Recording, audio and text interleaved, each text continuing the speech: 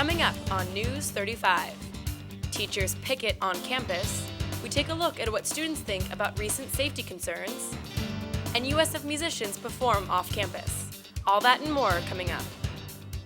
Comprehensive news coverage for the University of San Francisco. This is News 35, your campus news and information leader. Hello and welcome to News 35's first cablecast of the 2008-2009 school year. I'm Ashton Bothman. And I'm Kate Elston. In the first month of school, USF was struck by tragedy. On September 6th, USF freshman Kenny Vandewalle died. Kate Elston reports on how his friends are coping. I said, "What happened?" And I think it was Ben who said, "Kenny died."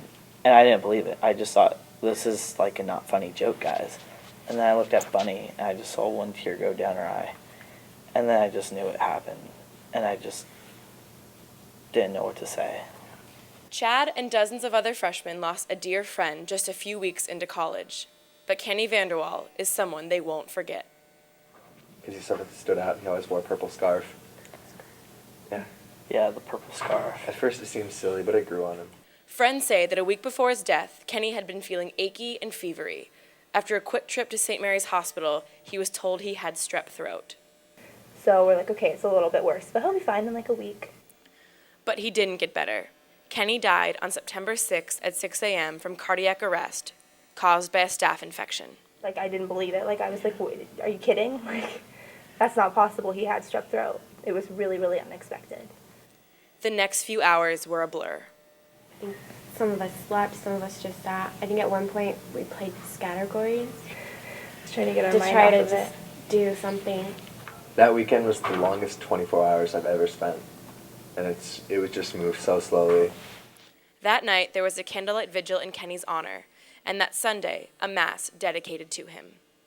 That mass, that's the only USF mass I've ever been to, and that was the most packed mass I'll probably ever go to there.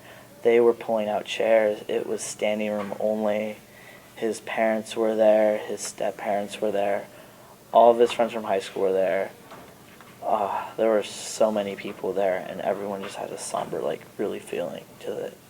It was a tough way to start off college. And ideally things will be better from now on. You know, I love college so far, but this has been one of the worst experiences of my life. He was loving. Out of anyone at this school, he knew everyone pretty much.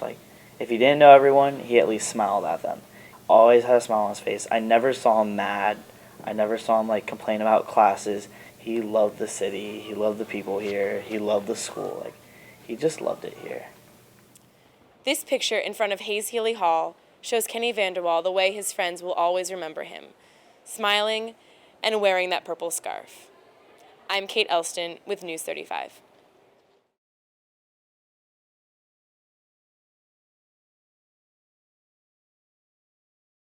Kenny's passing marks the second death of a USF student within a few months.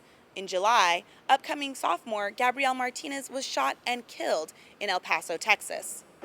USF TV would like to extend its deepest condolences to the Vandewalle and Martinez families.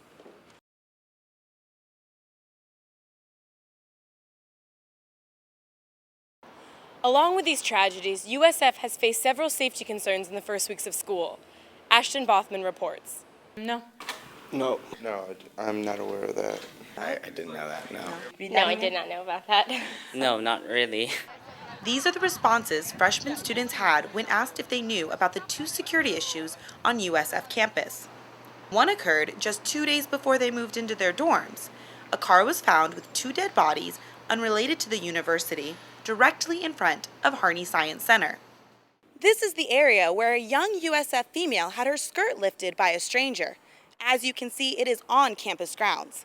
USF security wants to remind students to never walk alone, even on a normally safe campus. Even though it's located in a big city, the university lies within a very safe neighborhood. But campus security has increased patrol officers, and students are exchanging advice on how to stay safe.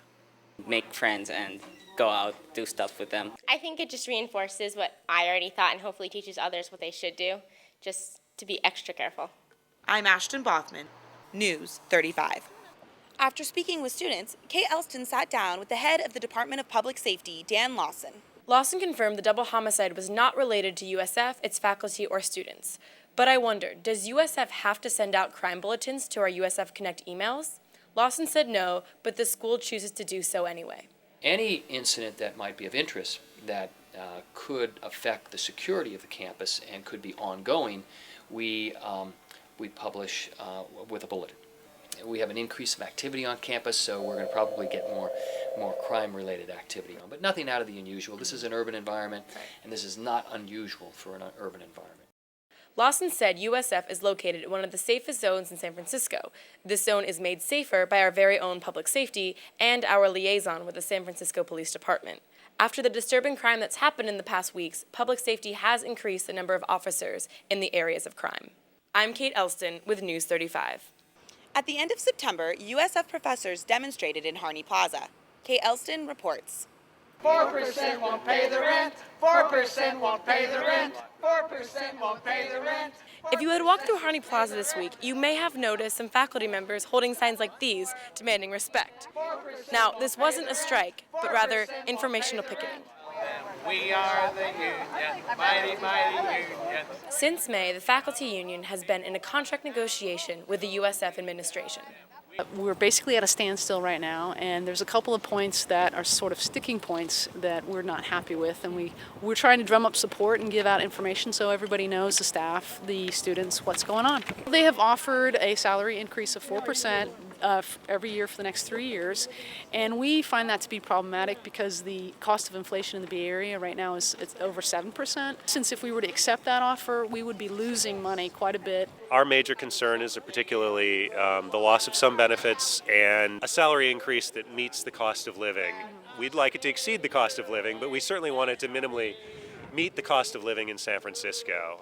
The university has the money, and they have just decided to invest it in other ways besides the faculty, and that's why we say we deserve respect, because we don't want to be taken for granted. We want to say, hey, we're worthy of at least being able to buy milk, pay rent, pay gas. I mean, we're really being faced with some serious economic challenges, and it's only going to get harder. We absolutely support the teachers. The teachers are why we're here at USF. It's our teachers who give the knowledge to the students. That's why you're here. McDonald said that when USF tuition goes up, that money doesn't just go to current faculty salaries. USF has also budgeted salaries for 40 new faculty members in the last 2 years.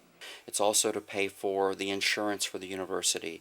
It's also to help pay for buildings and for new publications in the libraries, and the gas costs that we have to pay. All of us want to see a quick resolution of this. That's in the best interest of everybody, the best interest of the faculty and the best interest of the university. Get it done with, get a fair agreement for everyone, and move forward. I'm Kate Elston with News 35.